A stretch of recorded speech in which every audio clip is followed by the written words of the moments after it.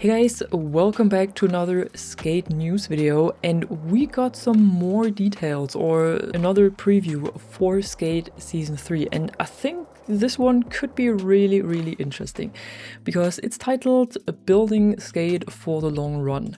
And I haven't read through this yet, so we're going to do this pretty much live right here, but I've already seen something that I think is very interesting. So they're writing that over the next couple days they're bringing us some back-to-back updates to what we can expect in Season 3 and beyond. From dark slides to grittier streets, this season they're dropping some of the top requests from what the community wants. And they're getting some more stuff covered tomorrow, so I'm thinking that we will see another video tomorrow on this channel, so keep an eye on it if you want to know more about this. And they're starting with a big picture, so they're writing again that they're building Skate with a long-term vision in mind, and that this early access period that we have right now gives the developers the space to listen, learn, tweak and test over and over until they get things right. And ever since early access has kicked off, we've seen some progress on the game. We've seen the character models change, we've seen some changes done to the world and so on. And most of this was made based on our feedback. But still, behind the scenes, they've got a long or much longer list to tackle. And with every season, they want to cross some more things off this list. But more about that tomorrow, at least that's what they're writing. So I'm actually wondering what they will be talking about tomorrow. But first of all, today they want to talk a bit about the in-game economy, because they've heard that the community is concerned about a few things. Well, let's see if they got this right. Not that it ends up in the same way that it was with the ticks for the battle pass, and in the end they kind of make it worse than it was before. So let's see how this turns out. So first of all, brands. Way back in Season 1, the community has asked for more brands, or real life brands actually, in the Skate Pass, and with Season 3 they will be delivering this. So there will be Adidas, they named this brand here as an example, which will be coming to the Skate Pass. They're not naming more, but this is definitely one that we will see in the Skate Pass. So actual real life brands will be coming to the Skate Pass and will not only be available in the store. Then they're talking items on demand, which means you can get cosmetic items when you want them.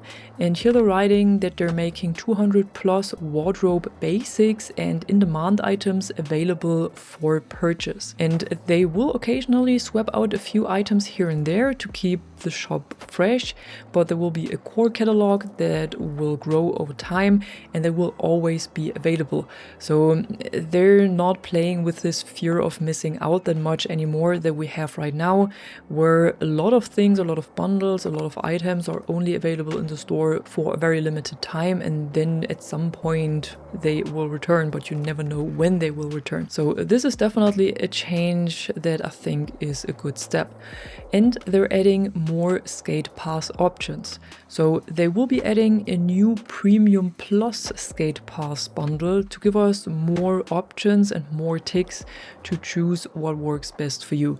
Now, they're not writing exactly what this new Premium Plus Skate Pass will be, but from my experience with other EA titles like Battlefield or like Apex Legends, I can imagine what this will be. So I'm thinking this will be like an ultimate pass that you have to buy for real money, and then you will get some tier skips for the Skate Pass, and you will get some additional cosmetics that you will only see in this pass, but this Premium Plus pass might only be purchasable with real money and not with the in-game currency.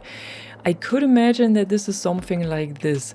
So it's not actually something, or I cannot imagine that anyone in the community has asked for this, because this is usually a topic that is very sensitive in other games as well.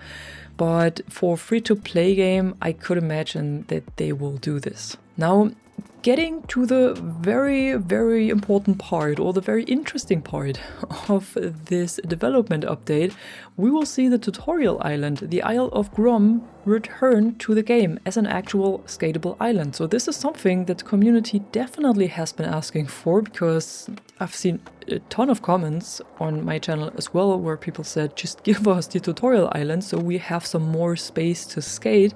And it looks like that this was indeed on top of their list. So this is like a side-by-side picture where you can see what it looks like in the tutorial right now, and on the right side is what it will look like when we will get our hands on it once the tutorial is done and we can go back to it to freely skate around. I'm not seeing too much here actually. The lighting is different, so it's just, I think, the lighting that we have right now in the game in general. The colors look a little bit different.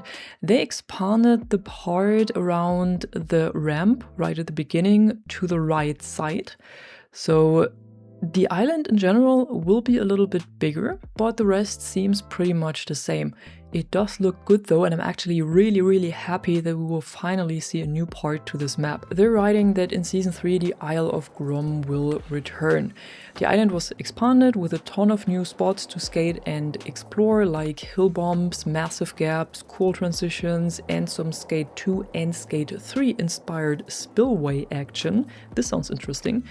And they're thinking that Grom is going to be one of your favorite spots, and they can't wait to see what we will think about this and what we will be doing on this island. And then there is this part where I'm thinking that this will sit not so well with the community, because they will roll out the Isle of Grom step by step, and they will start with premium skate pass owners. So you can see it right here.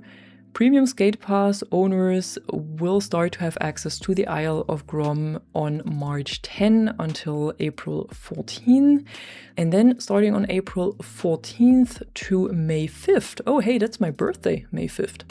So from April 14th to May 5th, we will have open access, which means all players can skate the Isle of Grom during a special multi-week event. And then on May 5th to June 2nd, general access will start. And during this time, the Isle of Grom access will be widely available through Skate Pass Premium or a 24-hour ticket. So the first month at the start of Season 3, Skate Pass Premium holders will have unlimited access to Grom. After that, we'll be holding our official grand opening, inviting all of our Sandban residents to the Isle for a very special multi-week event in April with a new brand partner making their Grom debut. And once the event ends, Grom access will be widely available through Skate Pass Premium, or you can grab an Isle of Grom Water Taxi Day Pass by using your earned RIP chips. Okay, so that's what they meant. So if you own the Skate Pass Premium, you will always have access to the Isle of Grom, and if you don't own it, then you can buy a day pass for the Isle of Grom that will be valid for 24 hours, and this will cost you 500 RIP chips. What?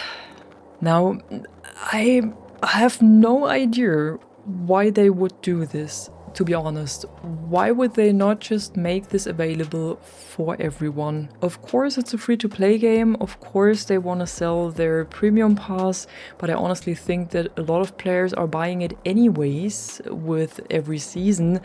So why would you make such a mechanic with this 24-hour ticket for the RIP chips? I mean, you can earn RIP chips all the time, but I think just having this kind of mechanic in the game will probably sit not so well with the community. I think that Skate should definitely try to get things right with the community and get the goodwill of the community, and I don't think that this kind of stuff and these kind of mechanics really help with this. But yeah, that was it for this development update so far. They're again writing that we will get more details about Season 3 tomorrow, so be sure to keep an eye on the channel.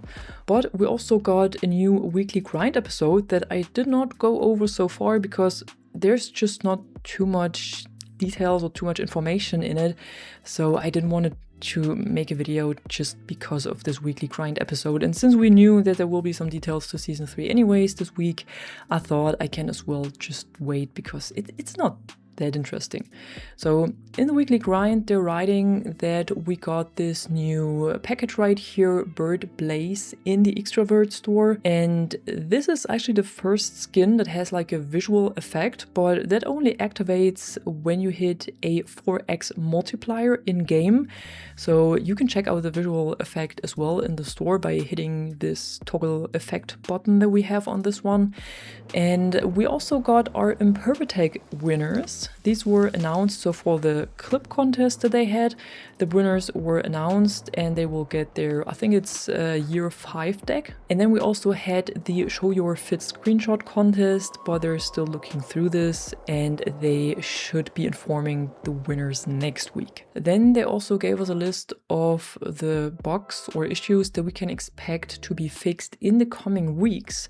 So the stuttering in a replay editor should be fixed, then that progression and rewards for some completed tasks fail to apply to the player's account.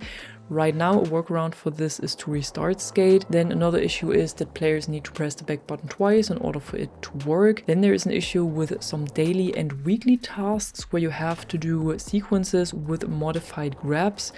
These do not count for some players, so you cannot progress through them, which should also be fixed hopefully at some point. Then transferring from one challenge to a co-op challenge sometimes results in server disconnection, throwdown, queue timer freezes, lip color and board stickers are invisible when you run an Nvidia card on driver 59144 or newer, and skaters are unintentionally pulled into random co-op challenges. So all of this should be fixed with one of the next updates, or at least they're working on it and it's fixed within the coming weeks. That's what they're writing. The known issues list is still the same, so we still have the issue with the game going back to 480p resolution. We still have graphical glitches in the UI when using AMD GPUs. Event challenge criteria sometimes fail to update, sometimes putting the game on full screen and leaving it minimized. You cannot reopen it anymore. Community park tasks sometimes won't count. Sometimes you accidentally join another player's party that you don't want to join, and the speech to text feature does not transcribe the words correctly. These are still known issues where we don't know when they will be fixed, but they are being worked on. So yeah, that was it for today. That was everything there was to cover. Tell me what you think about all of this in the comments below. I really want to hear your opinion about this, especially about this new mechanic with the 24-hour window to access the Isle of Grom, which I think is a bit strange, to be honest. I'm not really liking this kind of mechanic. And if you enjoyed this video right here, don't forget to drop a like and subscribe, and I'm gonna see you in the next one. Bye bye!